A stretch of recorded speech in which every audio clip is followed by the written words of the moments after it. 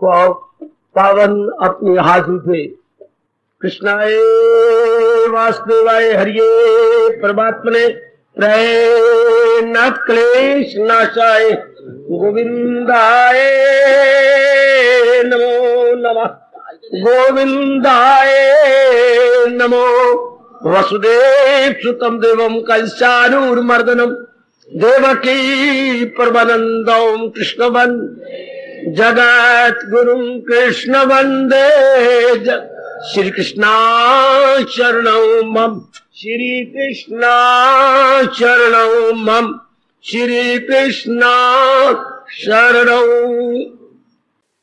अहो भाग्यशाली कल्याण कामनी देवियों, बड़भागी गीता के पैरोकार मेरे सज्जनों, कर लीजिए अपने मन को एकाग्र। इसी एकाग्रता में हम अपने भगवान की अत्यंत मधुर एवं कल्याणकारिणी वाणी का लगातार एक ही विषय को सुनाकर लाभ उठा रहे हैं। भगवान की जबानी बड़ा मजा आ रहा है ये सुनकर, उनके पहुंचे हुए भक्तों के दिव्य गुण जो तन में नहीं रहते, अंतःकरण में रहते हैं। रजोगुणी जीव अपने तन की सजावट में बहुत कुछ कर देता है, लेकिन आप जैसे नेक जीव तन को केवल ढांपना जानते हैं, सजाना नहीं जानते। ढांपना कुछ और है, सजाना कुछ और है। अब वो दिन रात अंतःकरण को सजा रहा है। आपको तो खैर अनुभव है, नारी और पत्नी के नाते से गहना कौन सा अच्छा जो कीमती हो, जिसमें नग जड़े हुए हो, जिसमें हीरे हो। नहीं नहीं नहीं, जो आपके श्रीमान को भाए, चाहे वो 2.5 पैसे का गहना हो, बहुत अच्छा लगता है। जो उसको भा जाए, बिल्कुल। क्योंकि जितनी आप सजावट करती हैं या जितना श्रृंगार करती हैं, ये सब श्रीमान जी के लिए है। जो उसको भा जाए, उसी गहने की कीमत बहुत ज्यादा। तो ये जो जिन गुणों का ब्यौरा हम अपने इष्टदेव महाराज जी से बड़ी श्रद्धा और प्रेम पूर्वक सुन रहे हैं, ये गुण कौन से अच्छे? हाँ, ऐसा प्रश्न नहीं होना चाहिए। गुण सारे ही अच्छे गए। लक्ष्मण अगर ये कहता, भैया रुको, मैं चुन चुन के बेर आपको खिलाता हूं, भगवान कभी सहन न करते। पहले ही तो प्रेम से चुने हुए गए और अपनी जबान और दांतों से चखे हुए गए, तो चुने हुए को क्या चुनना? और अगर बीच में मान लो खट्टा भी कोई आ गया, तो भगवान ने खटास थोड़ी देखनी है, मिठास थोड़ी देखनी है। भगवान ने तो इसमें छिपे हुए दिव्य प्रेम को निहारना है, जो लक्ष्मण न निहार सका। गदगद हो गए उसके दिव्य प्रेम को देखकर। भगवान जी हमारे, जो अब इस जन्म में अपना कल्याण करना चाहते हैं, हमारी भावना पूरी हो, इन गुणों को नहीं देखेंगे, इन गुणों में छिपे हुए दिव्य प्रेम को देखेंगे। इनके द्वारा जो आपकी भक्ति बढ़ रही है, आपकी श्रद्धा बढ़ रही है, आपके प्रेम बढ़ रहा है, आपकी एकाग्रता बढ़ रही है, आपके काफी समय भगवान जी की ओर लग रहा है, अपना निरीक्षण कर रहे हैं, इसी से प्रभु बड़े प्रसन्न हुए जा रहे हैं। क्योंकि आप अपने आप को बहुत सीरियसली, सिंसियरली देखे जा रहे हैं, इसलिए भगवान बड़े प्रसन्न। मैंने कई बार आपको कहा, वैदिक धर्म क्रिया प्रधान नहीं, वैदिक धर्म भावना प्रधान। हमारे ब्लेसड लॉर्ड कृष्ण से केवल अब हमारी फीलिंग को देखती हैं, हमारी एक्टिविटीज को नहीं। एक्टिविटीज तो हमारी पवित्र होंगी ही, इसमें कोई शक नहीं, क्योंकि भावना जो पवित्र है, भावना के आधार पर ही क्रियाएं हुआ करती हैं। इस तरह हमने एक एक करके अपने प्रभु से, अपने इष्टदेव महाराज जी से 2 श्लोकों के गुण सुने, 13वें श्लोक के और 14वें श्लोक के। अब तो मेरे साथ बड़े प्रेम पूर्वक आगे चलो, 15वें श्लोक के गुणों को लें। बड़ा निराला गुण है, हर एक के बस की बात नहीं है ये। पर भगवान कह रहे हैं तो ताकत भी वही देंगे।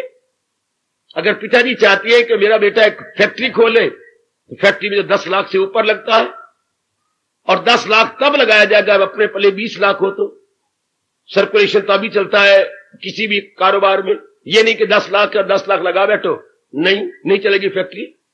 अगर आपने प्रोडक्शन शुरू भी कर दी तो आगे जल्दी नहीं फंड आएगा, तो उसको सर्कुलेट कैसे करेंगे? इतना ही फंड और चाहिए। तो बड़े ध्यान से, जब पिताजी कह रहे हैं कोई बात नहीं, 10 लाख तो मुझसे अभी ले, बाकी बाद में मेरे पास है, इससे दुगना तिगना चौगुना है। अच्छा पिताजी, तो जब भगवान कह रही है, इसलिए हमें तसल्ली हो जाती है कि हमारा जी अपनी ओर से शक्ति देंगे। कई मेरी देवियों को, मेरे सज्जनों को ये आता है, ये हमारे बस की बात है, ऐसा ना सोचा करो, आपके बस की बात नहीं, मैं दर्शन करके देता हूं, भगवान जी की ओर से मैं दर्शन करता हूं, क्या आपके बस की बात नहीं? पर जो आपसे करवाना चाहते हैं उनके बस की बात तो है ना, वो तो सर्वशक्तिमान सर्व समर्थ है। 2 गुण इन दोनों जरूर भगवान के याद रखना, सर्वशक्तिमान ऑल माइटी और सर्व समर्थ, जो चाहे कर दिखलाए। तो फिर अब आपको इसमें तो प्रश्न ही नहीं आना चाहिए हमारे बस की बात, आपके बस की बात ही नहीं, आपको गृहस्थाश्रम में है, आपके बस की बात नहीं। कई बार मैंने पहले भी कहा, ये देखा मैं अपने ताई कुछ नहीं हो मेरे पल्ले, और ये देखा मैं बख्शिश तेरी दाता बल्ले बल्ले बल्ले। अगर उनकी कृपा की निहारा जाए तो हम भी तर जाएंगे। पर लोहा अपने ताई देखे तो फिर तो नदी के पार नहीं जा सकता, वो तो पताल में जाएगा। और जिसके संग वो जा रहा है, लकड़ी के संग, तो पूरा यकीन है ये लकड़ी मुझे अपने परले पार ले जाएगी। कहावत मशहूर है अपने देश में, लोहा लकड़ी के संग तर जाता है। हम भी भगवान की कृपा के संग तरेंगे, इसमें तो कोई शक ही नहीं है। जब भी ये प्रश्न आया करे, थप्पड़ मार दिया करो प्रश्न को, है कदापि नहीं। मैं अपने भरोसे नहीं साधना कर रहा, अपने भरोसे में कुछ नहीं कर रही, अपने भगवान जी के भरोसे, अपने दयालु कृपालु इष्टदेव जी के भरोसे आपके मन में एक विशेष प्रकार की खुशी की लहर आ जाएगी, एक विशेष प्रकार का हर्ष का अनुभव होगा, उल्लास का अनुभव होगा। अब लीजिए, अब जो 15वें श्लोक में गुण कह रहे गए, बड़ा निराला गुण है। अगर बहरी रूप में देखा जाए कितना मुश्किल है, किसी को भी आजार, वो किसी के लिए सोर्स ऑफ ऑफेंस नहीं है, सोर्स ऑफ अनायंस नहीं है, अपनी ओर से किसी को हानि नहीं पहुंचाता। पहले अर्थ समझ लो जरा क्या कह रहे हैं। उसमें उद्वेग नहीं उठते, ये काम, ये क्रोध, ये मोह, ये लोभ, ये अहंकार सारे उद्वेग है। शब्द उद्वेग नहीं होता, उत्वेग, वेग मैंने रफ्तार, ऐसे मन की रफ्तार जो ऊंचा ले जाए। काम आएगा तो ऊंचे जाओगे, क्रोध आएगा तो ऊंचा जाओगे, लोभ आएगा तो ऊंचा, अहंकार आएगा तो फिर तो आकाश फाड़ लोगे। उत्वेग शब्द है, ता को दा हो जाता है अपने व्याकरण के अनुसार, तथ है द तीसरा शब्द, वो बन गया उद, फिर वेग मैंने ऊपर। तो गंदी वृत्तियां जब आती हैं तो हमारा वेग, हमारी रफ्तार जो है ऊपर तक जाती है, ऊपर तक जाने से बुद्धि मारी जाती है। अगर भगवान जी ये भी ना करते, ये तो मेरी बकवास है ना, फिर मैं ऐसी बकवास कर जाता हूं। बुद्धि जीव की स्थिर रहती, अपनी बुद्धि को कायम रखता। अगर उद्वेग ना आता, ये तो काम को बुद्धि मारी गई, क्रोध का है तो बुद्धि मारी गई, लोभ का है तो ये उद्वेग इसलिए कहा गया, जो ऊपर उठ के बुद्धि पे पर्दे डाल देते हैं। याद रखना, उद्वेग शब्द है, उद्वेग, उत्वेग, उसमें ऊपर। जैसे हम बोलते हैं उत्सव, कोई महाराज जी का अपने व्यासपिता जी का आ रहे हैं गुरु पूर्णिमा, उसे बोले उत्सव, उत मैंने ऊपर, सब मैंने खींच के ले जाना, जो जीव को ऊंचा ले जाए, सतगुण में ले जाए, भगवान की ओर ले जाए, अवगुणों से निकालकर गुणों की ओर ले जाए, उसे बोलते उत्सव। उसी तरह ये है उद्वेग, ऊपर जाना। तो भगत कभी उद्वेग को प्राप्त नहीं होता, ये अर्थ हो गया। उसमें काम का, क्रोध का, मोह का, लोभ का, अहंकार का, निंदा का, मत्सर का, राग का, द्वेष का। अगर भक्त है तो, ठगत नहीं है तो भक्त है, उसने ठीक तरीके से मेरे सज्जनों साधना की है। अगर की है, सिर्फ बाहरी रूप में पॉपुलर नहीं हुआ, आंतरिक रूप से भी वो ठीक जा रहा है, तो बात तो उनकी हो रही है जो मोस्ट सिंसियरली और डिवोटेडली है, इनवर्डली, आंतरिक रूप से जो ठीक जा रहे हैं। भगवान तो चोटी के भक्तों की बात कर रही हैं। आजकल के भक्तों को ना देखो तो नाम मात्र के, जैसे ब्राह्मण नाम मात्र के ब्राह्मण है, ब्राह्मण जन्म के ब्राह्मण है, कर्म के नहीं। आपके अहोभाग्य जो ब्राह्मण कर्म से भी ब्राह्मण बन रहे हैं, वरना आम आप देखेंगे वो जन्म के ब्राह्मण, उस जन्म के ब्राह्मण का दुरुपयोग कर रहे हैं। कर्म के ब्राह्मण होने चाहिए। हमारा शास्त्र नहीं मानता इस बात को कि हम जन्म के ब्राह्मण और कर्मों द्वारा बिल्कुल ही गैररीति हो, शूद्र हो, तो फिर काम खराब है। ऐसा जीव अपना भट्ठा आप बिठाता है, अपनी तबाही के समान आप पैदा करता है। भगवान के पहुंचे हुए भगत पहुंचे कब? जब उन्हें अंतःकरण को निर्मल कर लिया। और यही तो बैड इंप्रेशन है जिनसे उन्होंने अपने आप को धोना है, ये गंदी वृत्तियां हैं। तो कितनी उन्होंने मेहनत की होगी, कितनी बार आप कोशिश करते हैं अब ना आए, महीना 2 महीने आपको क्रोध नहीं आता, फिर छोटी सी बात पे आ जाता है। आप कितनी बार रो चुकी हैं, कितनी बार आपने थप्पड़ मारे अपने आप को। 2 महीने निकल गए थे, आज ये मामूली बात थी, आ गया। कई दिन आप लोभ नहीं करते, महीना 2 महीने 6 महीने लगभग पौना साल गुजर जाता है, फिर छोटी सी बात पे लोभ आ गया। मामूली सी बात थी, बाद में आप बड़ा पश्चाताप किया, ये क्या बात, भगवान की कोई कमी नहीं है मेरे घर में, भगवान ने उम्मीद से मुझे बहुत ज्यादा दिया है, अगर 3 पीढ़ियां भी खाने लगी तो भी समाप्त नहीं होता, फिर मैं इस मामूली सी बात पर ये मैंने क्या कर डाला, लो गलती। तो ना चाहने पर भी कोई ना कोई वृत्ति जो कई जन्मों से हमारे पीछे पड़ी हुई है, हमारा स्वभाव बना हुआ है, तो ये तो साधना के दिनों में खत्म हो जाती है। अगर ये गंदी वृत्तियां भगत की खत्म न होती तो एकाग्रता कहां से बनती? यही तो एकाग्र नहीं होने देती किसी भी साधक के मन को। जो साधना किए जा रहा है साधक, वो जो साधना कर रहा है, तो एकाग्रता में भंग तो यही डालती है। तो भगवान साधना के दिनों में बड़ी कृपा करती है, क्योंकि वो बहुत ही सच्चाई का पुतला होता है। मैं 2 गुण आपको बताया करता हूं। भगत कौन है? जो सच्चा और पक्का है, सच्चा और पक्का, उसको मेरे भगवान अपना प्रिय भगत कहते हैं। वो सच्चाई का पुतला है और बिल्कुल अपने आप में दृढ़ है, बहुत मजबूत है, अपने इरादे में, अपने विचारों में, अपनी क्रियाओं में, अपने भजन सिमरन में, अपने त्याग में। वाह, इसमें बहुत ही दृढ़ है मेरे देवियों। तो साधना के दिनों में उसने बड़ा त्याग किया है, बड़े उतराव चढ़ाव अपने साधना के दिनों में देखेंगे। भगवान को उसने साधना के दिनों में बड़ा भारी डिस्टर्ब किया है, पर वो मेरी बिगड़ी नहीं बनेगी, अनेकों की बिगड़ी बन गई। या कब मैं ये अरमान लेके मर जाऊंगा। गिड़गिड़ाया है, रोया है, चिल्लाया है, भगवान को पता नहीं किस किस तरीके से मनाने की उसने अपनी ओर से चेष्टा की है। अठपहरी उसने रोटी खाई है, 2-2 3 दिन भूखा मरा है इन्हीं उद्वेगों से खलासी पाने के लिए। उसने अपने आप को सजा दी है।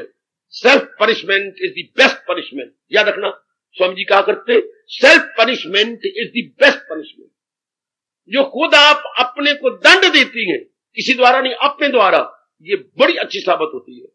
फिर मैं कहना चाहता हूं, self punishment is the best punishment.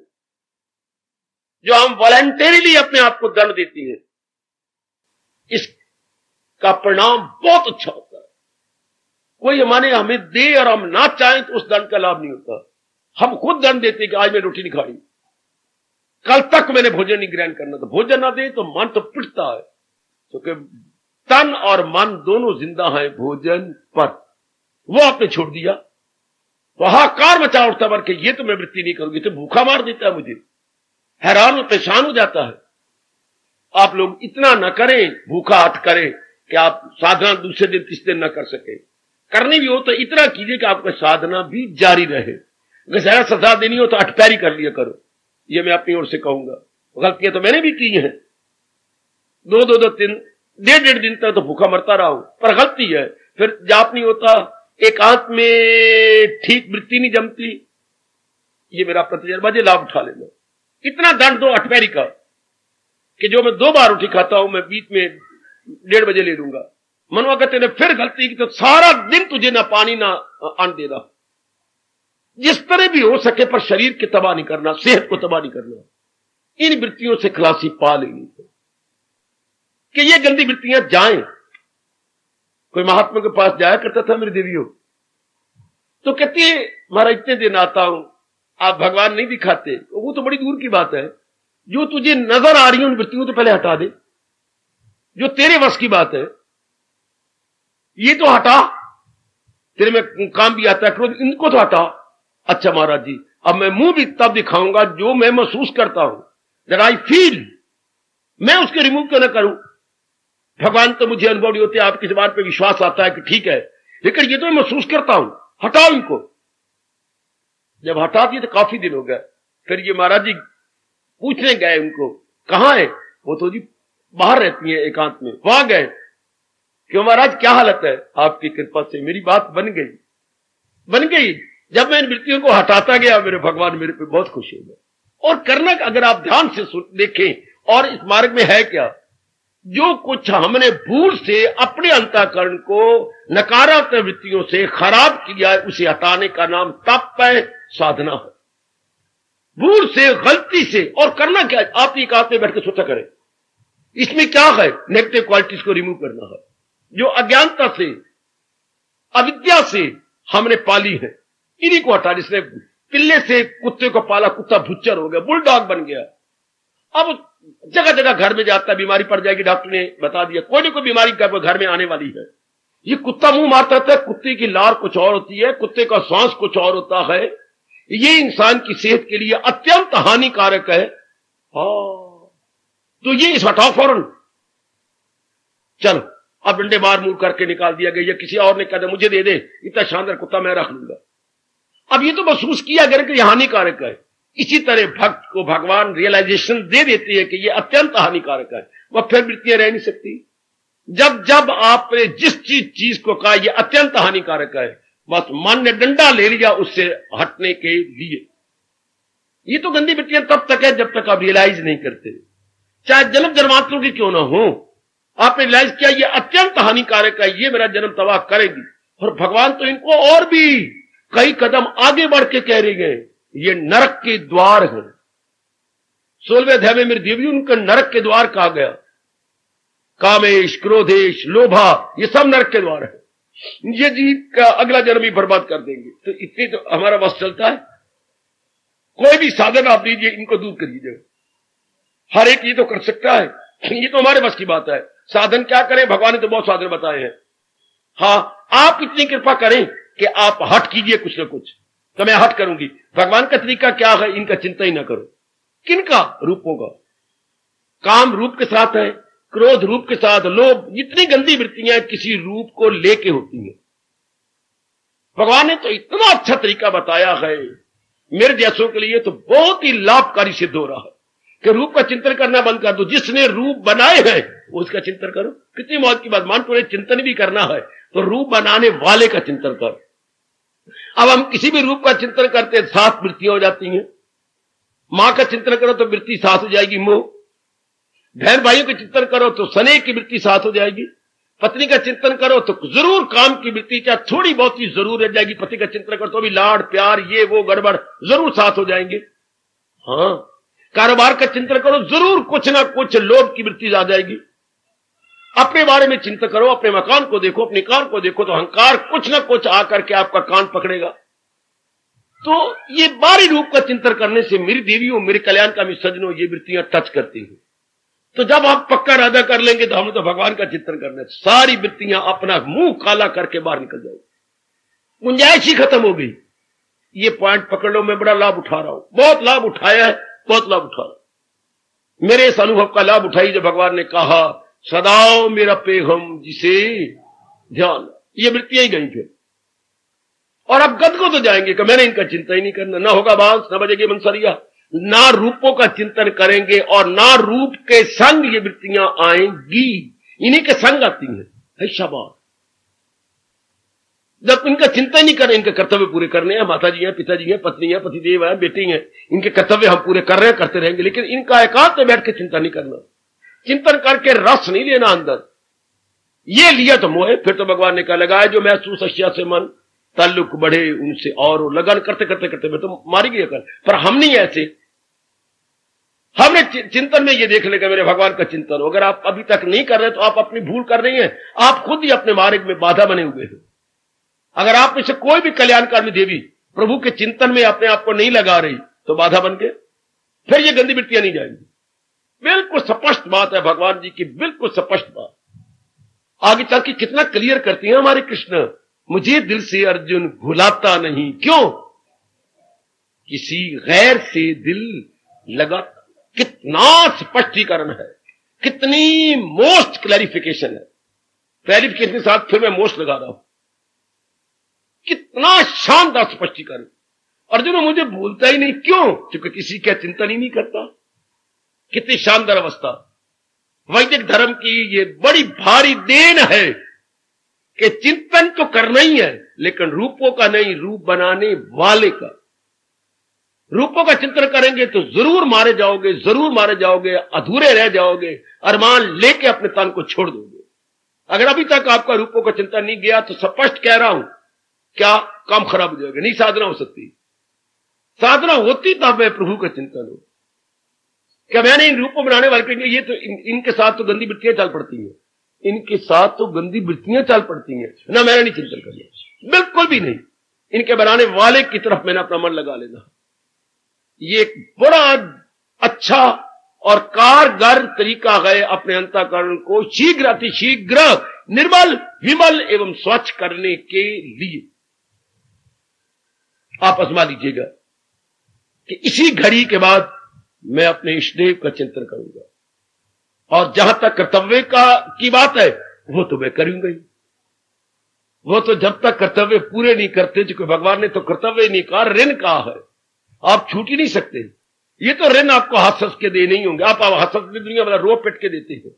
आप हंस हंस के अपने जिम्मेवारी पूरी की जा रही है। लेकिन मन को देखो, मन तो चिंतन नहीं करता। क्या गजब की बात है। पहले मुझे बड़ी हैरानगी होती थी, इनके कर्तव्य कर्म भी किए जाए, इनका चिंतन भी ना हो। What a wonder and what A mysterious. Is it possible कि इनके कर्तव्य कर्म भी किए जाएं देवियों और इनका चिंतन भी ना हो? वाह, धीरे करके भगवान ताकत दे देती है।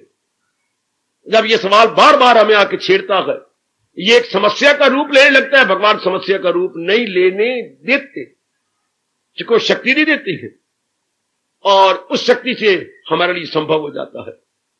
तन काम में मन रहे, ये प्रभु चाहते हैं। मेरे से भी यही उम्मीद रखती हैं और आपसे पूरी पूरी उम्मीद रखती है। आपसे तो पूरी पूरी कि ये ऐसा कर दिखाएं कि ऐसे तन द्वारा काम हो रहा है, लेकिन मन महाराज जी के प्रेम में रंगा हुआ, मन प्रभु का चिंतन कर रहा। बहुत शानदार जीवन है जिसने ये बना लिया। अगर ये स्वभाव आपका बना गया, वह फिर तो मेरे भगवान जी आपका हाथ पकड़ने वाले हैं। चाहे दिन में पकड़े, चाहे रात में पकड़े, दोपहर को शायद पकड़ेंगे नहीं, फिर तो पकड़ने ही वाले हैं। आप अपने ताई देख लीजिएगा, मैं भी तो आपके साथ ही हूं। क्या अगर चिंतन भगवान का चल पड़ा है, मैं भरी जनता में कह रहा हूं, सारे प्रेमियों में बैठा हुआ कह रहा हूं, अगर आंतरिक रूप में प्रभु का चिंतन चल पड़ा, आखिरी मंजिल है ये। बस जीव तलीन हुआ, ख्याल उसके वश में। छठा अध्याय इसका साक्षी है। जब ख्यालों पर आपने कंट्रोल कर लिया, संसार संबंधी विचार नहीं। संसार संबंधी विचार का मतलब काम का, क्रोध का, मोह का, लोभ का, अहंकार का, निंदा का, मत्सर का, ये गंदे ख्याल नहीं उठते। और भगवान की भक्ति के, विवेक के, वैराग के उठती हैं। ये दूसरे विचार उठ लेंगे, बात बन गई। फिर ये नकारात्मक गई, अहमपना गया।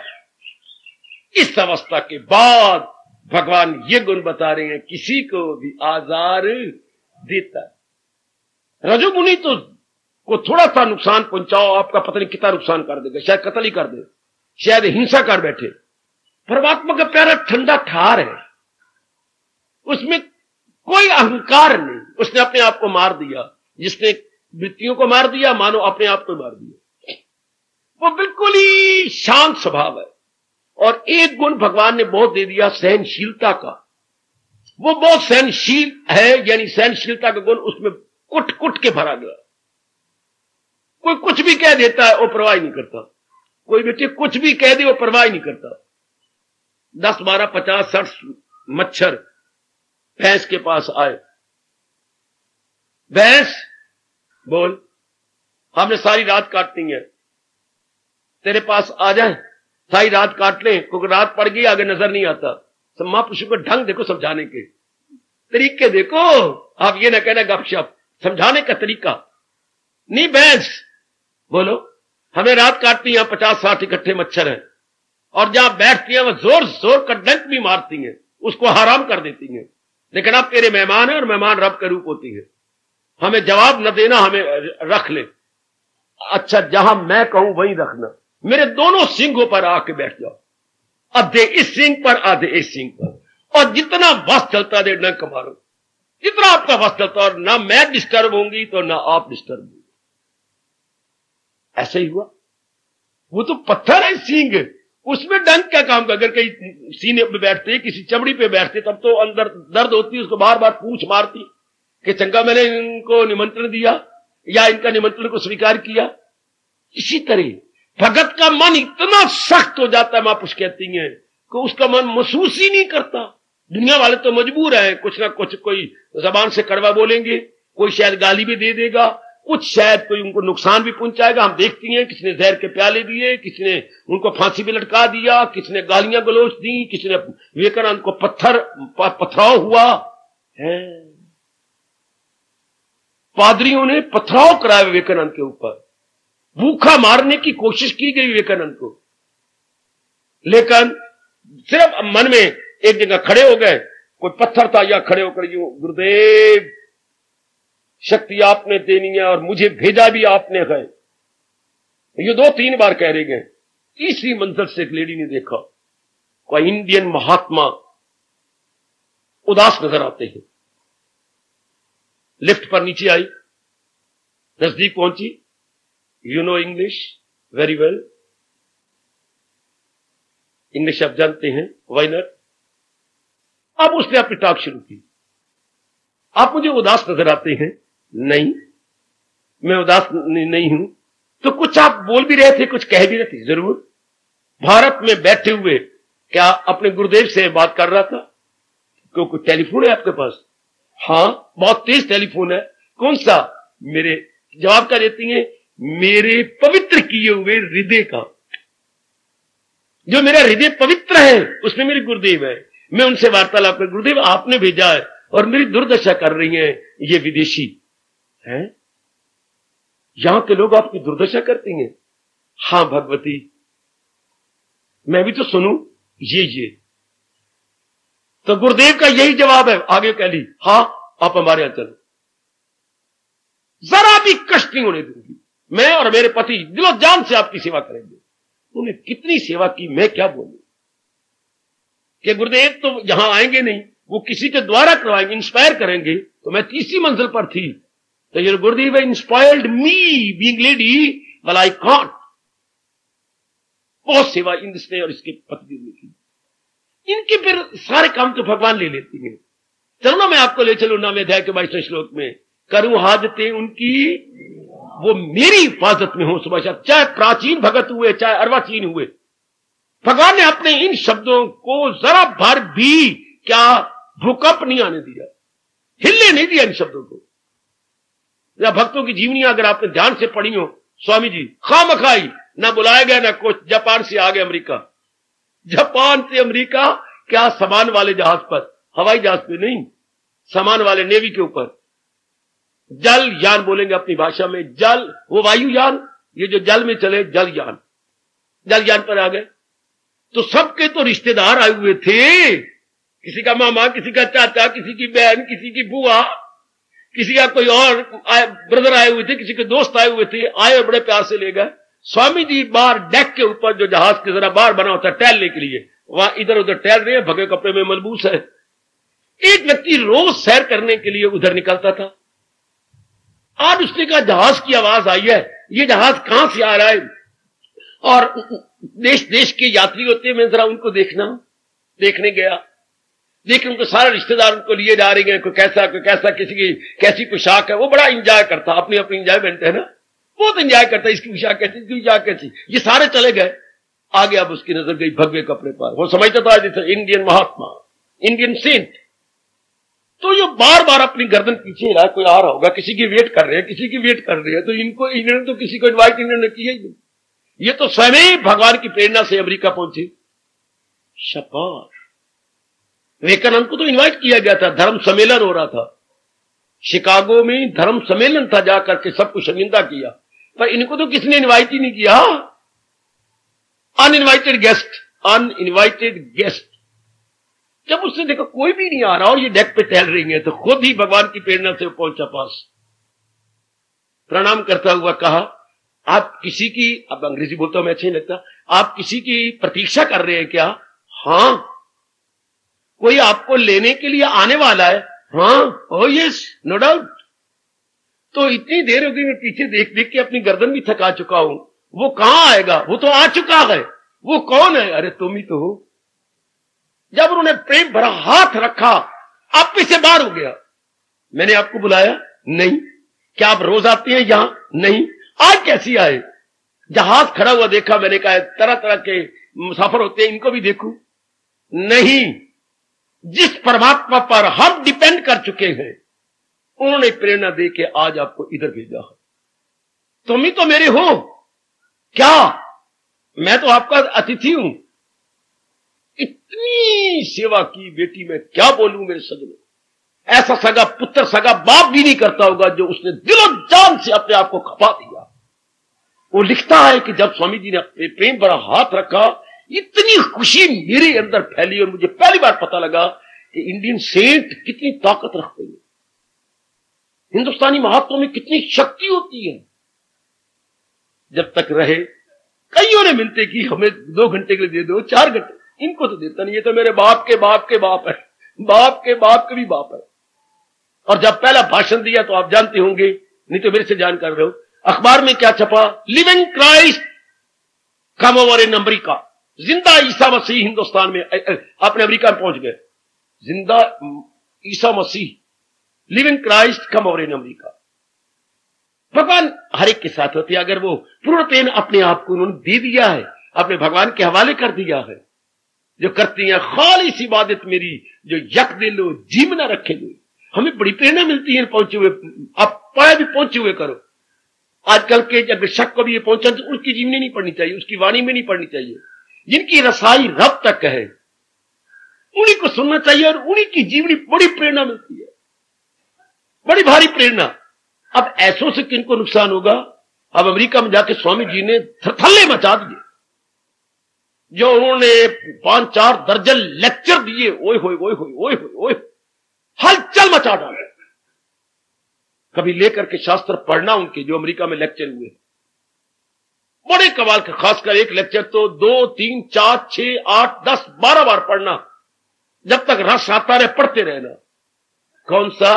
कामयाबी का राज, सफलता की कुंजी। बहुत कमाल का लेक्चर है उनका, जो 2 बार यूनिवर्सिटी में हुआ। सफलता की कुंजी। हम सारे चाहते हैं हम सफल हो जाए, पर how is it possible? Swami ji अपना अनुभव बताती हैं उसमें। बहुत कमाल के 3 घंटे का लेक्चर है, पर गजब ढा दिया उन्होंने। एक बार तो मन बुद्धि को खींच के अंतर में ले लिया। सफलता की कुंजी क्या बोलूं? सफलता तो मां बन के फिर ऐसों को गोद में ले लेती है। जैसे स्वामी जी लिखा है, सफलता मां बन जाती है। और जैसे मां की गोद में आप कुछ साल रह गए, तो सफलता तो उनकी मां है। मां को उल्टा गौरव होता है कि ऐसा मेहनती बच्चा मुझे मिला है। किसी को भी आजार देता नहीं। ऐसों से किनको क्या नुकसान होना, जिन्होंने अपने आप को जिंदा ही मार दिया, जिनके अंदर सिवाय नेकियों कुछ है ही नहीं, जिनके जो भगवान के पहुंच, उनके के अंदर क्या होगा? प्रेम, विवेक, वैराग, सत्यता, अहिंसा, ब्रह्मचर्य। वाह, ये गुण कुट कुट के भरे होते हैं उनके अंदर। उनको तो अवगुण रहता ही कोई नहीं, उनमें तो प्रेम भरा हुआ होता है। अगर उनको कोई नुकसान भी पहुंचा है तो नुकसान का जवाब वो नुकसान से नहीं देते, हानि का जवाब वो हानि से नहीं देते। वो सहन कर लेते हैं, मुस्कुरा देती हैं। ऐसे को जहर दी गई, कुछ जवाब नहीं दिया। ऐसे को सूली पे लटकाया गया, कुछ उसका प्रत्युत्तर ने कुछ नहीं दिया। सूली पे चढ़ते हुए आखिर में यही कहो, परमात्मा इनको क्षमा कर देना, क्योंकि ये मूर्ख जानते नहीं कि तेरे प्यारे के साथ क्या जुल्म कर रहे हैं। वह इतना ही कह के सूली पर चढ़ गए। मीरा के आगे जहर आया है, हाँ, वो समझती नहीं, आपने पहले क्या कहा, चरण अमृत। तो ये मेरे भगवान का चरण, आप चरणामृत बोलते हैं, कोई शब्द नहीं है ऐसा, अपनी वाणी को ठीक करो, चरण जमा अमृत, संधि तोड़ के बोला करो, चरण अमृत। आप बोलते चरणामृत, तो कोई शब्द ही नहीं, चरण अमृत, भगवान के चरणों का अमृत। भावना ये बनाई तो बीच में भगवान मुस्कुराते हुए नजर आ गए, कि तू ये भावना बनाती जो मैं इसको हलाहल बनने दूंगा। हलाल और जहर में क्या अंतर है? जहर पीने से आदमी मरता है, हलाल को सूंघने से मरता।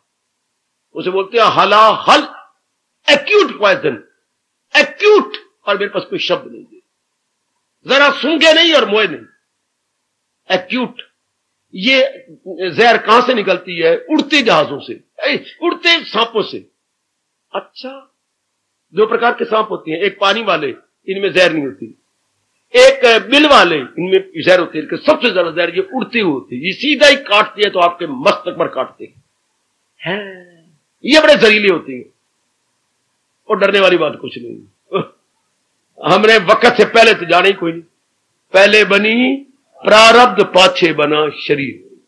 और आमतौर पर ये पहाड़ों में होते हैं, जो पहाड़ी होते हैं उन्होंने पहले प्रबंध किया होता है, वो इतना हिस्सा पहले ही ढप के रखते हैं। वो इतनी सख्त चीज होती है कि वो डंक के नहीं मार सकता, बल्कि अपने दांतों को तोड़ देता है। उन्होंने भी सारे प्रबंध किए होते हैं, सब जो जिस स्थान पर रहता है सब प्रबंध। कमान, तो महाराज जी के प्यारे किसी को नुकसान पहुंचाए। हाय, रामायण में ये इतनी सी लाइन आई है जिसने मुझे बड़ा खुश कर दिया, क्या भगत से न होए कार, साधु से न होए कारज हानि, कि जो महाराज जी का प्यार है उससे कोई हानि हो ही नहीं सकती। साधु से होए न कारज हानि, उससे नहीं, जो अगर भगवान का प्यारा है उसकी रसाई अगर परमात्मा पहुंच चुकी है। ये विवेकानंद से पूछा गया कि जो गीता में ये आता है ये कैसे हम माने कि दुनिया उनका नुकसान पहुंचाती है, कठोर शब्द कह दिया, गाली दे दी, किसी ने किक मार दी, तो वो खुद तो औजार नहीं देता, नुकसान ही, तो दुनिया वाले तो वो लेता ही नहीं और देता भी नहीं। एक जवाब दिया, मैं आपको बताता हूं, अगर गुलाब का फूल खिड़ जाए तो क्या आप उम्मीद रखेंगे उससे दुर्गंधी आएगी? कभी भी नहीं। तो जब उसकी मन और बुद्धि भगवान के चरणों में खिड़ गए और वहां से भगवान ने गुण उनको बख्श दिए, तो उनसे अवगुण कहां आएगा? उनसे अवगुण को उम्मीद ही रखी जा सकती अगर खिड़ गए हैं तो। जो आजकल के जमाने में खिड़ने असंभव तो नहीं पर बड़े मुश्किल, और खासकर आप गृहस्थाश्रम में, और गृहस्थाश्रम में सहनशीलता कम होती है, ये गुण कम आता है। ये ऐसे लोग जो रब दे प्यारे और जीते जी मर गए हैं, इनमें सहनशीलता बहुत ज्यादा है, power of forbearance, power of tolerance, ओए होए, बियॉन्ड लिमिट शब्द लगा रहा हूं, बियॉन्ड लिमिट। इतनी मालिक बख्शिश कर देता है, चूंकि इन्होंने ऐसों, रब ने ऐसों को दूसरों के लिए आदर्श बनाना, इन्होंने आइडियल पेश करना है ना कि कैसे रहना चाहिए, तो फिर आज ऐसे महापुरुषों को सामने रख के ही तो हमें शिक्षा मिलेगी। जिन्होंने इतना भारी कष्ट सहे, कबीर जी की तरह, तुलसीदास जी की तरह, हाँ, विवेकानंद की तरह, गुरुदेव महाराज जी की तरह, मीरा की तरह। अब देखो ना, इनका नाम ले लेके गदगद होते हैं। तुक्का राम की तरह, बाबा ये क्या नाम है? तुक्का राम ने तो कमाल ही कर दिया। तुक्का राम की घरवाली बहुत ही चंद्री थी, बड़ी चंद्री, क्या कहूं, रब दा प्यारा हो, बहुत ही इनके साथ दुर्व्यवहार करते, लेकिन ये नहीं, बिल्कुल भी नहीं। एक दिन इसने कहा, भाई ये नहीं, मीठा नहीं बोलना आप जो, पर मैं गंदा नहीं बोल सकता। आप जो कहते हैं कि आपके बाप के खेत है, हाँ, मैं झूठ कभी भी नहीं कहा, तो है तो जाके इन दिनों ईख का टाइम है, ईख लाइए, जरूर ले आता हूं। तो काफी सारे ईख वहां पर गए, वो बड़े खुश हुए कि भगत जी आ गए, ये तो कभी खेतों में आई नहीं। उन्होंने आप जितने उठा सकते हो उठा लो भगत जी, ना जितने आप मुझे देते हैं दे दो, 20-30 दे दिए, कंधे पे रख लिए। ऐसों को तो बच्चे भी पहचान जाती है, गुग्गू है गुग्गू, चेहरे पे लिखा तो नहीं होता, पर ऐसों का व्यवहार मेरी देवियों गुग्गू की तरह होता है। बेचारे भोले भाले, बिल्कुल ही इनके चेहरे चूरे, इनके हाव भाव, 2-3 दांत निकले होंगे और हमें खुशी से करके जा रहे होते हैं। बच्चे ही पहचान लेते हैं, बच्चों ने पहचान लिया, आ गया कोई गुग्गू, बाबा इतने गन्ने ले जा रहा है, एक गन्ना दे देना, ले लो, इनसे बड़ा क्या इनकार हो, ले लो ले लो ले लो, घर आने तक एक कोई रह गया, सारी बांट दिए, तू ले ले और ले ले, अरे ले ले, तेरे कहा भाई इतने क्या करने करने, एक हमें दे देना, एक हमें दे देना। देखा देखा घर में एक, अब वो तो वापिस से बाहर, पारा उसका तो वो 110 डिग्री से ऊपर निकल गया है। एक ही गन्ना ले आए, इतने बड़े खेत में से एक गन्ना मिला नहीं, गन्ने तो काफी थे, रास्ते में बच्चों ने मांग लिए, तो मेरे बच्चे क्या थे, वो बच्चे क्या, वो तो मेरे सारे बच्चे गए। तो अब हम तो इंतजार कर रहे थे, गन्ना लिया, मैं सच्चाई की बात कह रहा हूं, जैसे पढ़ा और आपने पढ़ा होगा, लेकर के जोर के पति की पीठ के ऊपर जोर का मारा, वो दो फाड़ हो गया, ये खिरखिरा गया उस पर, और हमसे प्रिया प्रिया, क्या प्रिया, हमने तो दो करने ही थे, तूने कर लिया अद्धा, तू ले ले अद्धा मुझे दे दे। शराफत देखिए, शराफत शराफत शराफत, ये तो हमने करने ही थे। दाता दाता कितनी शक्ति, ये दो तो हमने करने ही थे, जो तेरे पास गिर गया वो तेरा, और जो इधर गिर गया वो मेरा। फूट फूट के रोई के, ये कौन है, इतनी लाशें पड़ गई हैं, चूंकि इतने कपड़े भी नहीं थे कि आप पूरे पहन सके, और उन दिनों क्या करते थे, से नीचे धोती आधी पहन ली, ऊपर एक सफेद कपड़ा सा गोछा सा रखते थे, ऐसे होता था उन दिनों, और पूरी लाश पड़ चुकी है, इतने जोर का मारा, तो कोई बात नहीं। इनके उलट थी श्रीमती, भला किसकी, एक नाथ जी की, बिल्कुल सुशीला, बिल्कुल सुशीला, बिल्कुल इनके उलट। तो भगवान सहनशीलता दे देती हैं, आप अपने पर ना अप्लाई करना कि हमारा क्या बनेगा, वो तो भगवान ताकत दे रही है आपको, जो पहले थे वो अब नहीं है, भगवान करे कुछ आयु आपकी और दीर्घ हो, जो अब है वो कुछ दिनों के बाद नहीं रहेंगे, थोड़ा थोड़ा करते करते करते करते आप जरा और तरक्की कर जाएंगे, और तरक्की कर जाएंगे। मां हमारी क्या करती थी, जब भरथा घर में बनना होना, शायद कभी ना बनाया हो तो मेरे कहने पर इस तरह बनाना, तो भरथा भून लिया गया, हाँ, तो आप फिर उसको, आप भरथे को आपने एक में करना है कि नहीं, हाँ, अब आप कड़छी के साथ एक में करेंगे या कोई और चीज होगी। हमारी मां नमक की इतनी बड़ी डल्ली के साथ एक में करती थी, तसले पर रख लिया, तसला तो गलत बोल गया, या चकले पर रख दिया, और ऊपर इतनी नमक की डली, जो पहाड़ी डली होती है, उसको लेके उसके साथ करना। हाँ, हमने कहा मां तो इसके साथ करती है, पुत्र जितना नमक डालना वो अपने आप ही डल जाएगा, और ये नमक बड़ा स्वादी बनेगा, फिर नमक भी तो डालना है, तो उससे करके फिर बीच में समाज चखती रहती थी, चाहे जूठा कहो चाहे कुछ करो, कि नमक ज्यादा तो नहीं हो गया, नमक ज्यादा तो नहीं हो गया, और अलग नमक डालने के बजाय पहले ही इतना बड़ा नमक रखा हुआ था, उसी के साथ भरथा बनाना, नमक बराबर हो गया, नमक और नहीं डालना पड़ेगा, और वो पहाड़ी नमक उनके लिए और भी अच्छा हो गया। इसी तरह भगवान जी उनको अपनी ओर से, जैसे मां हमारी नमक की डली के साथ भरथा बनाती थी, तो भगवान अपनी ओर से उनको ताकत देती रहती है कि कहीं गिर ना जाए। ये फिर प्रश्न हुआ गुरुदेव पर कि ये कैसे बात है, तो कहते कभी कुम्हार की दुकान पे जाना, बड़ा कमाल का दृष्टांत, बहुत कमाल का दृष्टांत, कभी कुम्हार की दुकान पे जाना या कुम्हार के घर में जाना, उस समय जब वो घड़े बना रहा हो, या कहना भाई हमारे से जो मर्जी ले ले, एक बार घड़े बनाती समय हमने आपको देखना है, घड़े बनाइए हम देखें। वो बना रहा है तो वो क्या करता है, घड़ा बन गया लेकिन 2-3 जगह से टेढ़ा है अंदर से, और बाहर भी टेढ़ा है, अब वो कैसे दूर करेगा, वाह वाह, एक हाथ अंदर एक हाथ बाहर। अब जहां कुंभ है, ये टेढ़ा पना है, तो वो बाहर हाथ मारेगा, या जरा ज्यादा मिट्टी लगी तो बाहर कुंभ हाथ मारेगा, लेकिन एक अंदर भी हाथ है, उसने उसका टेढ़ापना दूर करना कि ना कि घड़े में चीर आना है, घड़े में चीर भी ना आए और उसका टेढ़ापना भी दूर हो जाए। देखिए जरा, अंदर का हाथ वो बैकग्राउंड में है, बाहर का हाथ लगा, अंदर का वो टूटने नहीं दिए गए।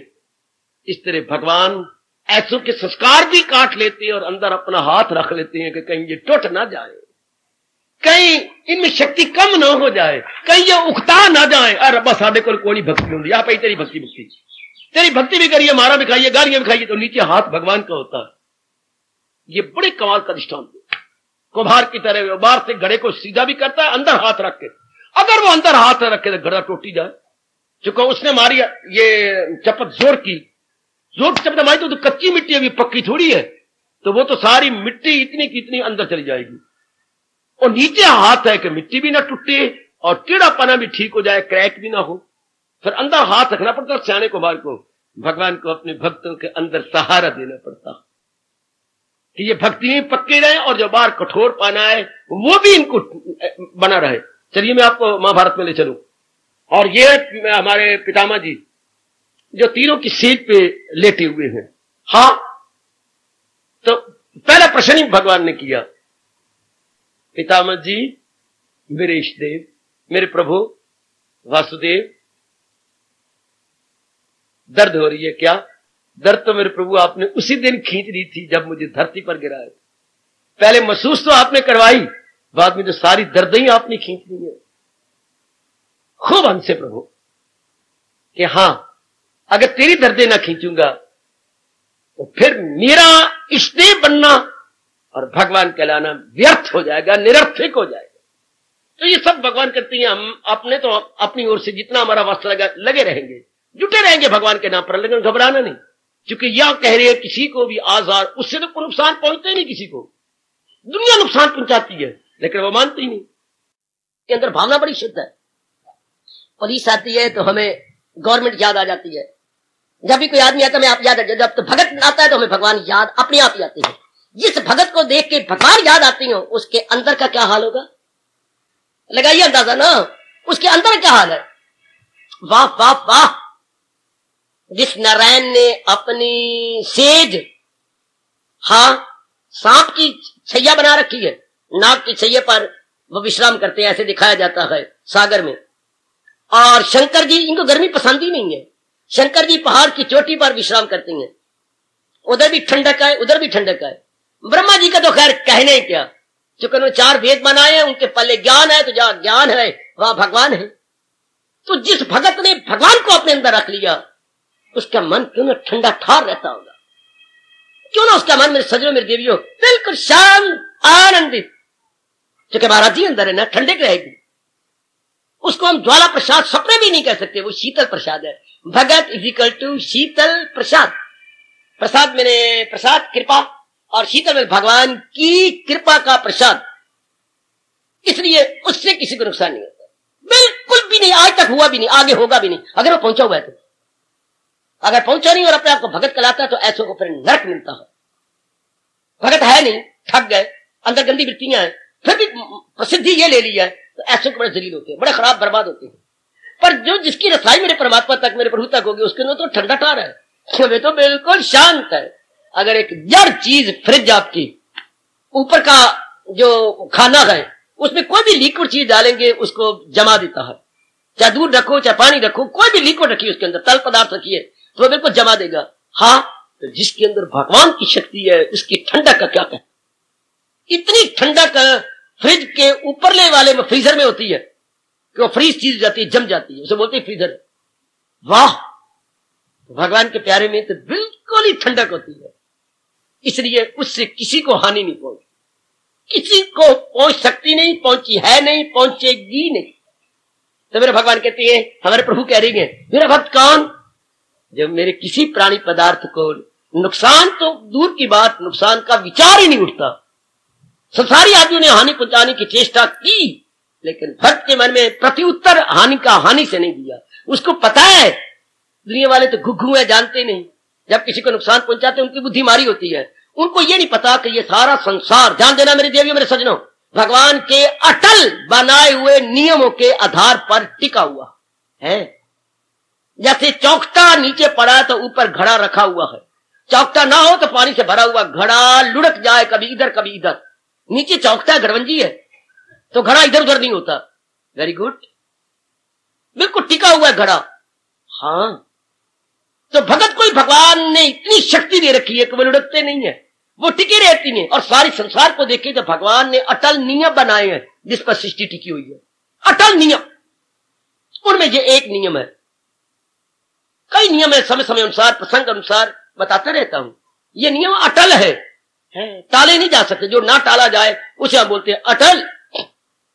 तो भगवान का एक अटल नियम है, मूर्ख भूल जाती हैं, जिनकी बुद्धि गंदी है, जिनकी बुद्धि पर पर्दे पड़े हुए हैं, जिन्होंने तबाह और बर्बाद होना है, वो इस नियम की बेकदरी करते। पर नियम तो नियम ही रहेगा बाबा।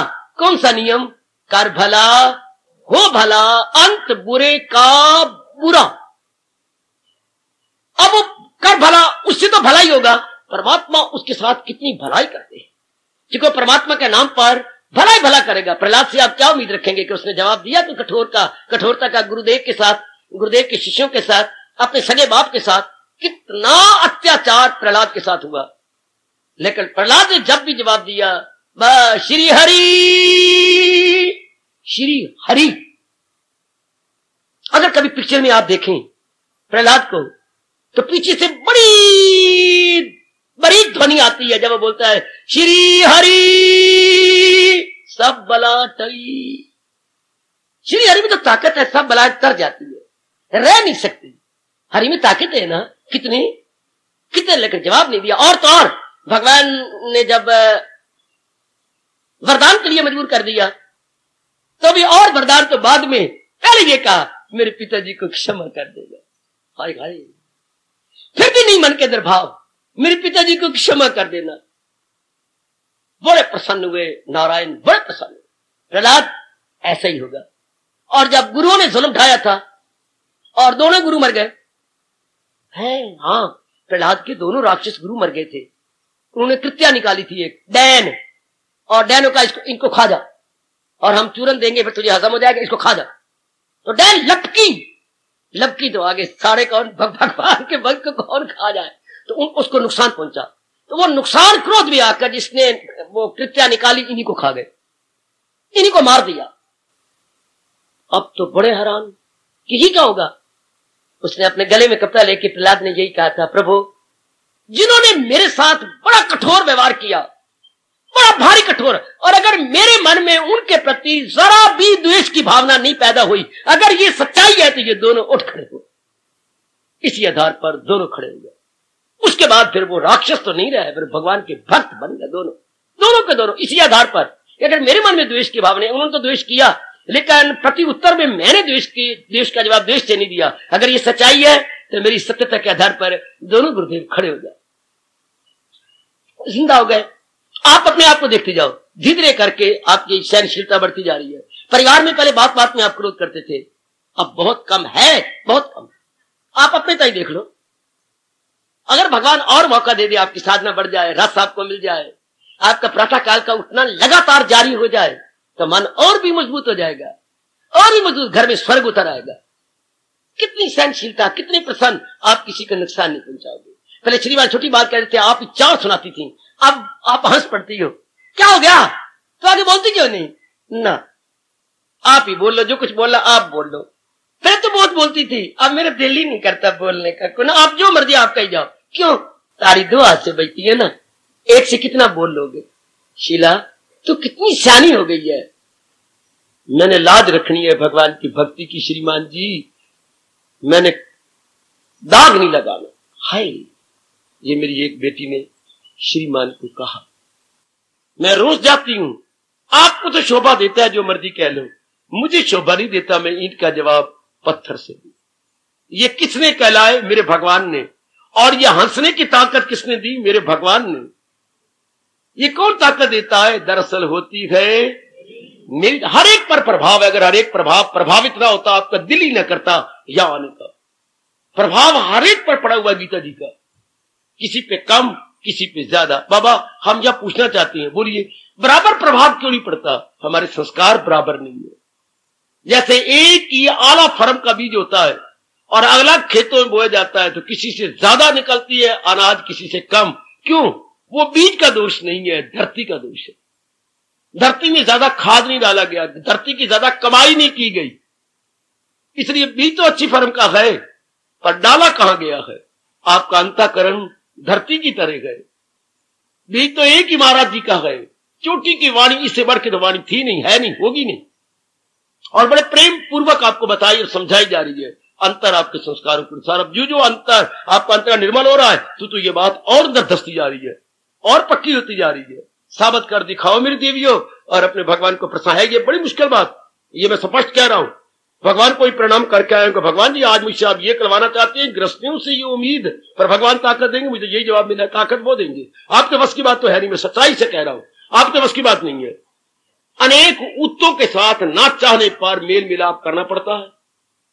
आपके अपने बच्चे ही ठीक नहीं है, बड़े बच्चे की जो श्रीमती है ओए वो तो शनिवार की पैदा हुई है, हाँ मंगलवार उसको शादी हुई थी, शनिवार उसके पैदा हुई है, दोनों उसके साथ रहती हैं, शादी मंगलवार की, शनिवार की उसकी पैदाइश है, शाबाश, तो बड़ा गंदा बोलती है। तो आपकी बस की बात, पड़ोसन आपकी ओए को नुमाइश में रखने योग्य पड़ोसन, कितनी चंद्री और कितना गंदा बोलती है, आपके बस की बात तो मेरी बेटी है।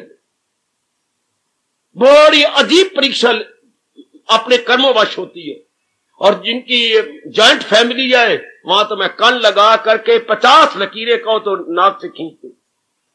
जॉइंट फैमिली तो शाप है, वरदान नहीं है, कितनी भी कोशिश करो कोई ना कोई तो पंगा लेगा ही वहां पर। जॉइंट फैमिली में जहां इकट्ठे हो पूरी कोशिश कर लो, कसमें खा लो कि मैंने नहीं बिगड़ना, पर कोई ना कोई तो बात बन जाएगी।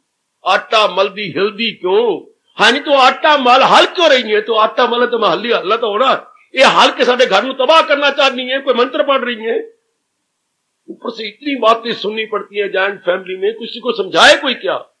फिर भगवान की उपदेश दे रही है, किसी को भी आजार, भाई वो तो नहीं देता, अगला इसे मिसअंडरस्टैंड कर लेता है, फिर इसका तो दोष कोई नहीं। भावना से सारी मुराद है ना मेरी देवी हो, मेरे सजनों, भावना इसकी शुद्ध और पवित्र है, बड़ी आला है। तो अगर भावना हमारी शुद्ध है तो हर एक व्यक्ति अपनी भावना का फल पाता है। नीयत सिर मुराद, हम बड़े बूढ़ों से शुरू से सुनते आ रहे हैं, जब से वही सवाल ही है, नीयत सिर मुराद। मुराद कैसी मिलेगी, भावना के अनुसार। आपकी भावना बड़ी शानदार है, हाँ फिर भी कोई बुरा मनाता है कोई बात नहीं, आपके भावना और अच्छी हो जाएगी। भगवान के इन शब्दों को आप जरूर 4 चांद लगाएंगे, कितनी बार फेल हो जाएंगे, 2 बार 4 बार 5 बार 6 बार 8 बार, आखिर आप रो पड़ेंगे, क्योंकि आपका मन तो नर्म है ही, नर होते भी आप रो पड़ेंगे, बार बार मैं फेल हो रहा हूं, बार बार मेरा मन गिर रहा है, मैं भगवान की शर्त को कैसे पूरा करूंगा, और इधर मेरे में आ गया कि मैंने अपना जन्म सफल करके जाना है, मैंने नहीं गर्भ में आना, मैंने नहीं फिर छोरा छोरी बनना, तो फिर ये जो गुण है ये तो जरूर आना चाहिए। किसी को भी आजार, वो अपनी ओर से किसी को हानि नहीं पहुंचाता। ओ मेरे रब्बा, ओए मेरे रब्बा, दुनिया अटैक करेगी और आप डिफेंस करेंगे। अटैक एंड डिफेंस 2 अंग्रेजी शब्द बोल रहा हूं। क्या होता है, ये हमारे मिलिट्री वाले चाहे युद्ध हो ना हो, ट्रेनिंग लेने के लिए अपने में 2 पार्टियां बन जाती हैं। क्या एक दुश्मन पार्टी बन जाएगी, हालांकि खुद ही अपने भारत की है, एक कहेगी लभी हम हमला करेंगे, अब तू मां दे पुत्रा बचाओ, कैसे डिफेंस करेगा, इसको बोलते हैं डिफेंस। वो अटैक करेंगे इनको, अगर कल जंग हो जाए तो पहले हम ट्रेनिंग ले ले कि वो ये जहाज मारेंगे, वो नीचे से आएंगे, हम ऊपर से कैसे बचा, क्योंकि उनको सब ट्रेनिंग दी होती है, तो फिर वो अपने ट्रेनिंग लेती हैं। क्या हम देखें, क्या एक बटालियन दुश्मन बन जाओ, एक बटालियन उसको एक अटैक करे एक डिफेंस करे, तो बड़ा शानदार करती है। तो इसी तरह आप गृहस्थाश्रम में अटैक करने वाले बतेरे हैं, डिफेंस करने वाले बहुत थोड़े, बचाव करने वाले बहुत थोड़े, और भगवान ताकत देंगे आपको। भला ही उधर 11 अक्षौणी सेना थी कैरुओं की, इनकी 7 थी, पर ये 7 भी 70 अक्षौणी सेना बन गई। क्यों, उधर ना 11 थी, पर एक थी सिर्फ, 11 नहीं, एक बाबा 11 हो जाता नहीं, वहां 1 और 1 थी, इधर 7 भी 70 बन गई, चुके दुनिया बनाने वाला इनके साथ था, भगवान जी जो इनके साथ थे। हाय, आप 5 0 लगाओ तो 0 ही चलाएंगी, पर अगर 1 लगा दो तो लाख बन गया। तो जब दुनिया बनाने वाला इनका साथ दे रहा है तो फिर तो लाख हो गया। ओ कख, चाहे उनकी गिनती में बहुत ज्यादा थी, लेकिन कख चूंकि भगवान के विरुद्ध थे, वही भगवान जिनको वो कैद करना चाहता था, कारागार में डालना चाहता था, फिर उनको जितना जो बेड़ा गर्क हुआ वो आप जानते हैं। घबराओ नहीं मेरी देवियों, मैं आपके हक में बड़ी दुआ करके आया हूं, गिड़गिड़ा के आया हूं, मेरे आज पैर जल्दी नहीं आए, तो मैं 5 मिनट जल्दी आया हूं, लेकिन बहुत संकोच में आया हूं कि मैं लेक्चर क्या दूंगा, मैं बच्चों को समझाऊं क्या, ये तो इस योग्य ही नहीं। भगवान को भी कह के आया हूं, शायद हंस पड़ेंगे, प्रभु आज मैं क्या विस्तार करूं? विस्तार कर भी रहा हूं, करता भी जा रहा हूं, फिर भी अंदर मेरा संकोच नहीं गया, क्योंकि आपसे ये गुण निभेगा कैसे? ऊत के ऊत तो रहते सारे।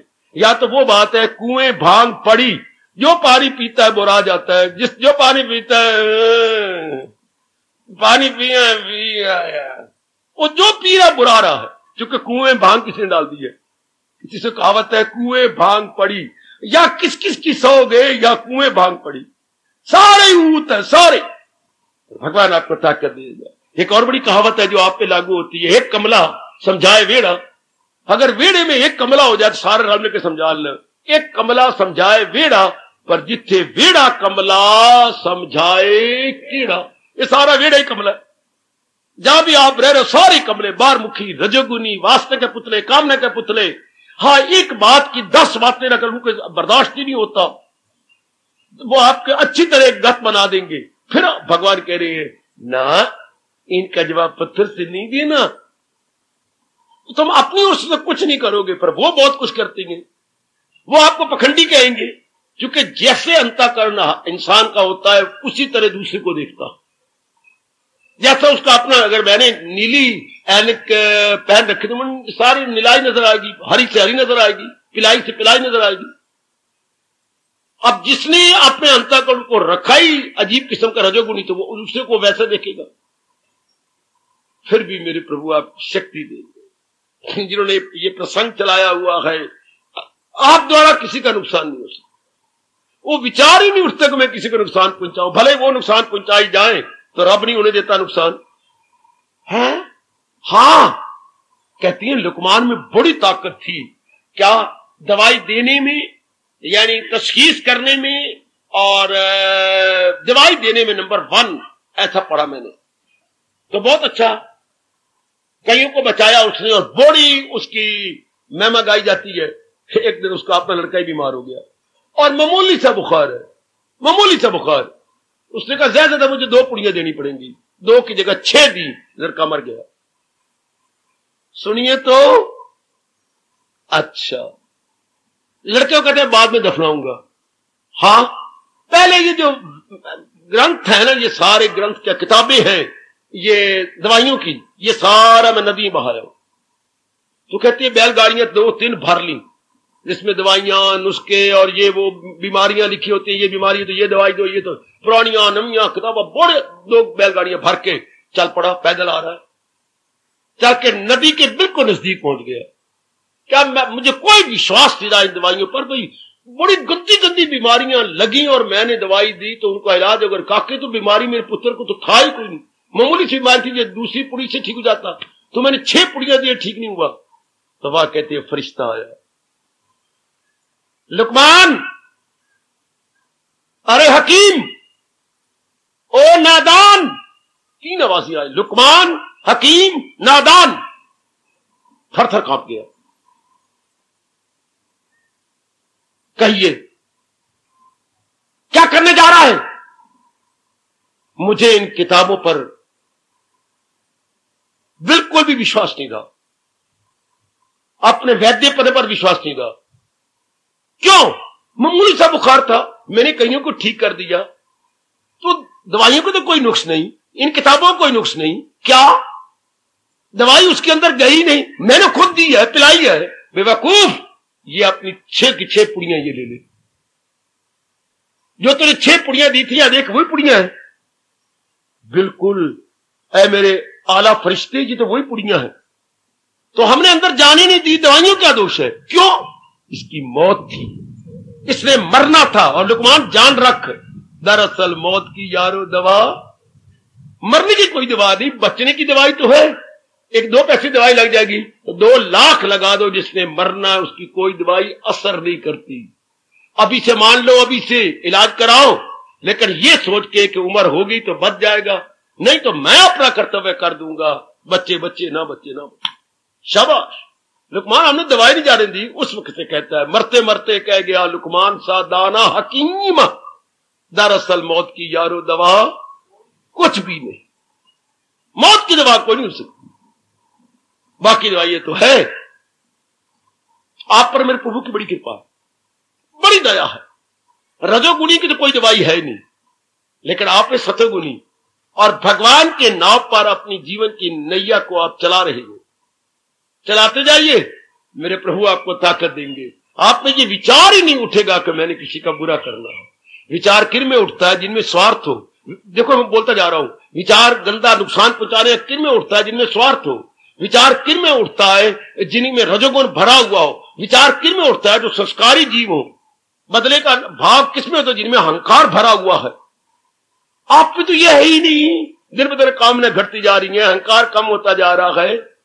ये बदले की ख्वाहिश आप में आती नहीं। करता भी है तो कोई बात नहीं, मैंने अगर दुख पाना होगा तो तब ये दुख मुझे दे सकती है। मैं अगर मेरे मुकद्दर में दुख है नहीं तो मुझे दुख मिल ही नहीं सकता। शाबाश शाबाश शाबाश, ये मेरे एक देवी ने कहा था। ये बड़ी कोशिश करती है राम प्यारी मुझे नुकसान पहुंचाने की, लेकिन मेरे मुकद्दर में दुख होता नहीं। बिचारी को लेने के देने पड़ जाती है, उल्टे बिचारी को पड़ जाती है। होता भी ऐसा है, कर भला हो भला, अंत बुरे का बुरा। अगर मेरा एक्शन बैड है, reaction must be bad. If my action is good, reaction must be good. ये तो नियम परमात्मा का है। भलाई से भलाई आती है, बुराई से बुराई आती है। कमान, और भगवान आपको ताकत दे, आप भगवान के इस फरमान को पूर्ण सच्चाई से भरा हुआ साबित कर सके। किसी को भी आजार, भगवान कह रही है मेरा भगत किसी को नुकसान नहीं पहुंचाता, मेरा भगत किसी को हानि नहीं पहुंचाता। बुद्धि से भी इरादा हानि का नहीं करता, वाह। मन में भी हानि का विचार नहीं करता, वाह। और कर्मों द्वारा भी नहीं करता। क्यों? क्योंकि बुद्धि के इरादे में भगवान, मन के विचारों में भगवान, और बार शरीर के कर्मों में भी भगवान। तो वहां से शैतान कहां से आए? जब बुद्धि के निश्चय इतना शानदार है तो वही भगवान भरे हुए। शैतान आए तो इरादा बुरा हो। अब मन में बुरे विचार तब आए जब पहले कोई राक्षस वृत्ति आए, वो है ही नहीं। आपकी तो हाई थिंकिंग और वेरी नोबल और हेल्थी थिंकिंग है। Noble, high and sound thinking. तो दूसरी नेगेटिव साइड आ नहीं सकती। कर्म जिसके अंदर ये पाठ पड़ा हुआ हो, क्या फकत मेरी खातिर तू, भगवान को रिझाने के लिए अगर हम अपने अंगों से काम ले रही हो, आपसे नुकसान हो ही नहीं सकता। बुद्धि बुरा इरादा कर नहीं सकती, मन बुरे विचार कर नहीं सकता, और हमारे अंगों से कोई अशुभ कार्य हो नहीं सकता। क्योंकि करें कहां से? या मुझे स्वामी जी के अनमोल बोल याद आ रही हैं, करूं मैं दुश्मनी किससे अगर दुश्मन भी हो अपना। कोई कह भी सही मैं तेरा दुश्मन हूं, मैं कहां से दुश्मनी करूं? बहुत अच्छे बहुत अच्छे बहुत अच्छे महापुरुषों, आपके चरणों में हमारा अगणित बात प्रणाम। करूं मैं दुश्मनी किससे अगर दुश्मन भी हो अपना, मोहब्बत में नहीं छोड़ी जगह दिल में अदावत की। भगवान ने मुझे इतना प्रेम अपने प्रति दे दिया है कि अंदर जरा भी गुंजाइश नहीं रही कि मैं किसी के दुश्मनी का भाव अंदर रखूं। No accommodation, no accommodation, because there is already suffocation. पहले प्रेम इतना है, पहले भगवान की भक्ति इतनी फैल जाती है कि दूसरी वृत्ति आ ही नहीं सकती। भरी सराय रहीमन लखी, आप पथक फिर जा। सराय को भरा हुआ देखकर पथक खुद ही वापस चला जाएगा कि यहां तो बड़े दरवाजे तक यात्री सोए हुए हैं, मेरी तो कोई जगह ही कोई नहीं। तो भगत के मन में तो भक्ति भरपूर है, वहां दूसरी वृत्ति आएगी कहां? इसलिए आप घबराइए नहीं, मेरे भगवान आपको विशेष शक्ति दे रही है। मेरे प्रभु अब विशेष आपको ताकत दे के जगा रही है, और वही इन शब्दों को चरितार्थ करेंगे। यह स्वभाव मेरे प्रभु आपका बना देंगे। किसी को भी आजार देता नहीं, हाय किसी को भी आजार देता नहीं, किसी को भी आजार देता नहीं। श्री भगवानुवाद, किसी को भी आजार देता नहीं। आगे क्या कह रहे गए? और बड़ी विलक्षण बात, ये तो हम मान गए कि चूंकि उसके अपने वश की बात है, मन उसके अधीन है, तन उसके अधीन है, बुद्धि उसके अधीन है, अपनी ओर से किसी को हानि नहीं पहुंचा सकता। आगे देखो आपके जगत गुरु क्या कह रहे हैं, ये कैसी होगा खुद वो बताएंगे। ये तो मान गए, बड़ी जल्दी मानने वाली बात है कि आप अपनी ओर से किसी को नुकसान नहीं पहुंचाएंगे। वो अगले भरी गालियां दे दे या कुछ भी कर ले, आप अपनी सो फार योर सेल्फ इज कंसर्न्ड, ये तो अपने वश की बात है ना। क्या हम किसी को गाली का जवाब गाली से नहीं देंगे, मारपीट का जवाब मारपीट से नहीं देंगे, बुरा इरादा नहीं रखेंगे और कठोर शब्दों का प्रयोग नहीं करेंगे, किसी भी अंग से किसी का बुरा नहीं करेंगे? ये तो हमारे बस की बात है। लेकिन आगे जो हमारे प्रभु कह रहे हैं, पहले क्या कहा? किसी को भी आजार देता नहीं, किसी से भी आजार लेता नहीं, वो हानि पहुंचाता नहीं, किसी द्वारा दी गई हानि को लेता नहीं। ओ मेरे निराले परमात्मा है। जी हां, उस कोटि के भक्तों की जीवनी पढ़ो, कितने जुल्म ढाए गए, जुल्म लिया ही नहीं। वाह, पहाड़ों से गिराया गया, समझा ही नहीं, श्री हरि की ध्वनि लगा दी। मीरा पर राणा ने कितने जुल्म ढाए, आपने गिरधर गोपाल को याद कर लिया, राणा के हाथ वहीं पत्थर हो गए, नदी में डालना चाहते, नीचे भगवान ने दोनों हाथ रख करके, मीरा मेरे प्राणनाथ, तुझे कौन डाल सकता है? जब तू प्रेम की नदी में गोते लगा रही है, तो इस नदी में तुझे कौन डालेगा? पुनः भगवान की जो बन जाती हैं, आप धीरे करके बनते जा रहे हैं। कबीर जी को नुकसान पहुंचाने की कोशिश की गई, लेकिन पहुंचाए कौन? रखे राबता, मारे कौन? नुकसान कौन? दुनिया वाले को तो पता नहीं, दुनिया वाले इस बात को जानते नहीं। पूरी कोशिश की थी कैरवों ने कि हम पांडवों को अच्छी तरह छक्के छुड़ाएंगे, लेकिन खुद ही अपना नाम लेवा मिटा बैठे। करे कैसे? क्योंकि सच्चाई की जीत होनी है। नुकसान पहुंचाने की तो बड़ों ने कोशिश की, लेकिन नहीं पहुंचा सके, हुआ ही नहीं, बन सकता ही नहीं। किसी को भी आजार देता नहीं, दैट वी फॉलो इजीली। आगे किसी से भी आजार लेता नहीं। दुनिया नुकसान पहुंचाती जरूर है, क्योंकि वो रजोगुनी है, स्वार्थी है, उनमें गंदी वृत्तियां हैं। मेरी देवियों, नुकसान पहुंचाने की कोशिश करते भी हैं, कुछ भी नहीं। उन्होंने फांसी पर लटकाया ईसा मसीह को, लेकिन अगर आगे जीवनी पढ़े, ओह, परमात्मा ने उनको दिया क्या? अपने दीदार अपने हाथों पे ले लिया। हाय, उधर मंसूर को फांसी पे चढ़ाया मुसलमानों ने, और जब चढ़ने लगा, भगवान ने नजारा कुछ और दिखा दिया। वो किस अदा से कहेंगे कि भगवान निराकार है, साकार नहीं है? ये मंसूर के शब्द है मेरे बेटे। चढ़ा मंसूर सूली पर, पुकारा इश्कबाजों को। ये मैं क्या देखता हूं? ये मेरे सामने नूरानी रूप का आ गया, और ये क्या कह रहा है मुझे? दीवानों की तरह बोलता जा रहा है मंसूर। चढ़ा मंसूर सूली पर, पुकारा इश्कबाजों को। जो और आशिक थे, उसके शिष्य या उसके अनुयायी, उनको ललकारा। चढ़ा मंसूर सूली पर, पुकारा इश्कबाजों को। क्या क्या क्या कहा? अपने प्यारों को बुलाया, अपने अनुयायियों को बुलाया। हाँ, ये जीना बाम दिल पर है, ये सूली नहीं, ये तो यार के मिलने की सीढ़ी है, चाहे आज जिसका जी चाहे। ये मेरे परमात्मा नजर आ रही है, ये दोनों हाथ लंबे कर रखेंगे, मुझे लेना चाहती हैं। ये जीना बाम दिल पर है, चढ़े आज जिसका जी चाहे। ये सूली नहीं, ये तो मुझे जीना सीढ़ी नजर आ रही है, और यार दिल पर अपने बाम चोटी, वो चोटी है भगवान की जो मुझे बुला रहे हैं।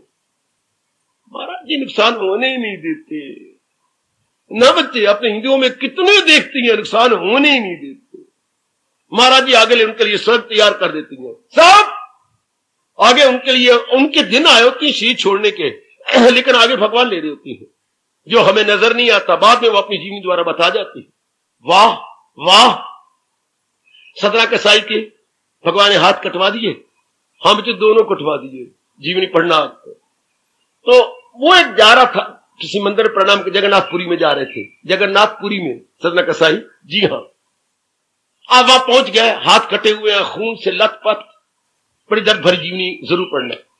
जब वहां गए तो छम छम रो पड़े, प्रभु मैं तो प्रणाम करने आया था, मेरा हाथ तो मेरे पहले के रास्ते में कटवा दिया आपने, दोनों हाथ काट दिए, तो मैंने तो प्रणाम करना था, फिर आप कटवा देते अच्छा होता। जोर कर रोया, जब रो करके प्रभु मैंने प्रणाम करना था, मैंने आपके चरणों को छूना था। अब वो गया आगे, मैंने प्रणाम करना था, मैंने आप, अब हाथ तो कटे हुए हैं यहां से, अब इन दोनों को मिलाने की कोशिश की। मैंने प्रणाम करना था, आपके श्री चरणों को छूना था, मैंने प्रणाम करना था, मैंने प्रणाम, दोनों नए हाथ लग के प्रणाम भी हो गया और जो है महाराज जी को देख भी लिया। द्वार मंदिर बंद हो गया, देखने वाले बाहर रह गए। दू बदू बातें तुम हमारे सामने। और अब वो सदना बताता है कि भगवान ने कहा, मेरे प्यारे तेरे मन में बहुत शिकवा है, बोल क्या शिकायत है। प्रभु सबसे पहले तो ये कि अगर मेरे हाथ कटवा के आपने देने थे तो फिर कटवाए क्यों? आपने सुनहरे हाथ मुझे दे दिए तो कटवाए क्यों? क्या करूं, मेरा नियम ही ऐसा है। पिछले जन्म की ये घटना देख,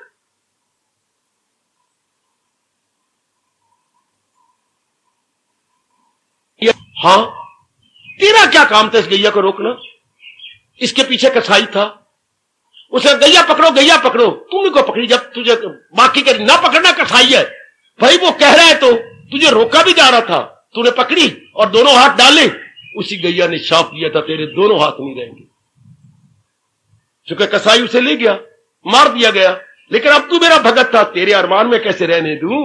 अब ये मैंने तेरी भक्ति के आधार पर तुझे नए हाथ दिए। जैसे पूर्ण जी को वो भक्ति के आधार पर नए हाथ मिले, वो कर्मों के हाथ पर काटे गए, पर ये भक्ति के आधार पर नए। किसी को भी आजार देता नहीं, किसी से भी आजार लेता नहीं। शायद ये समझना मुश्किल हो जाएगा, किसी को भी आजार देता नहीं, ये तो आसान है, उसके अपने वश की बात है, लेकिन दूसरों से आजार लेता नहीं। हाँ, भगवान नुकसान होने नहीं देते।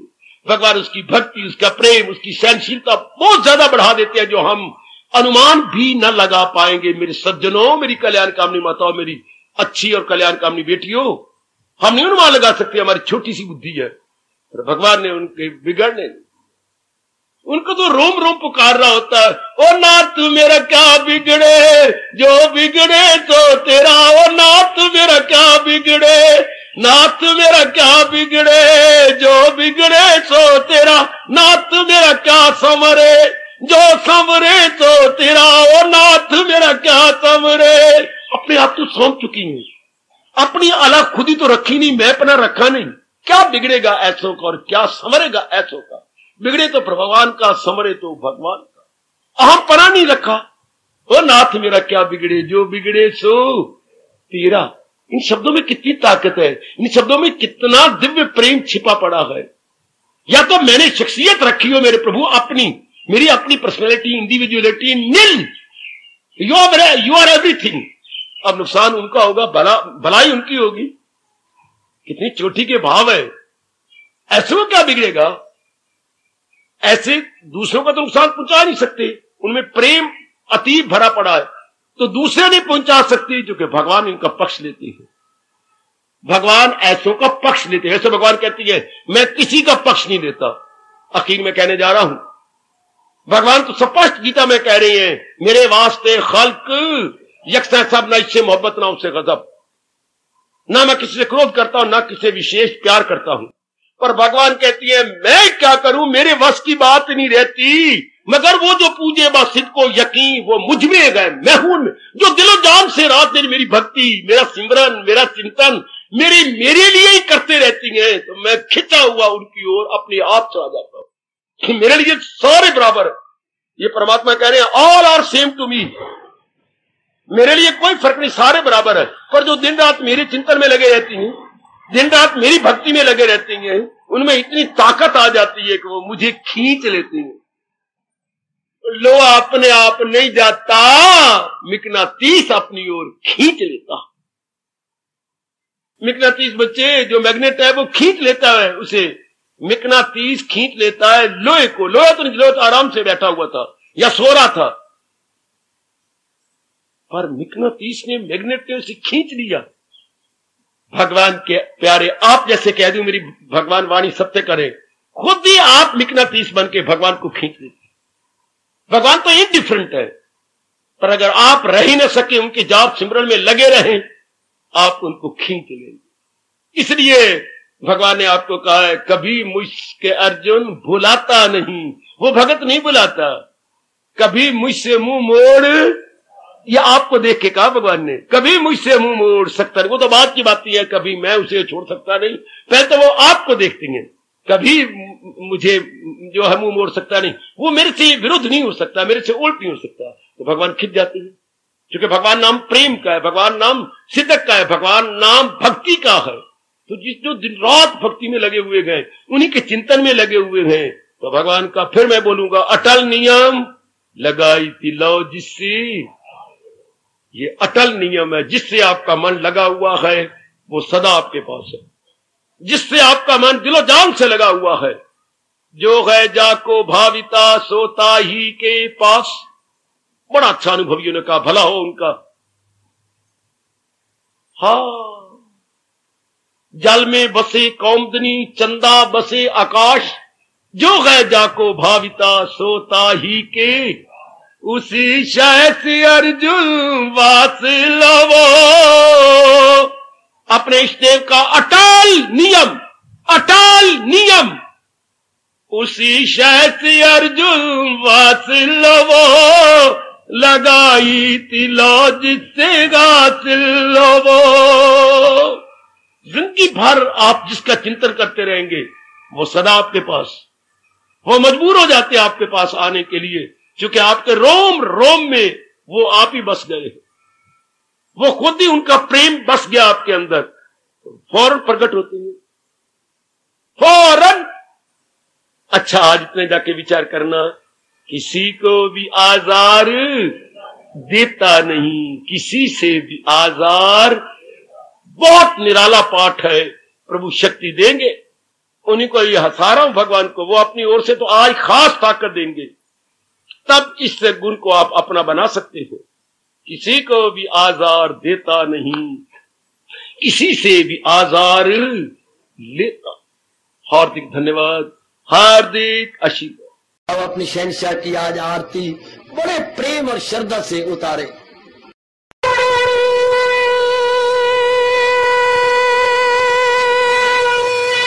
ओम जय जगदीश जय हरे स्वामी, जय दीननाथ हरे भगत दास जनों के अवगुण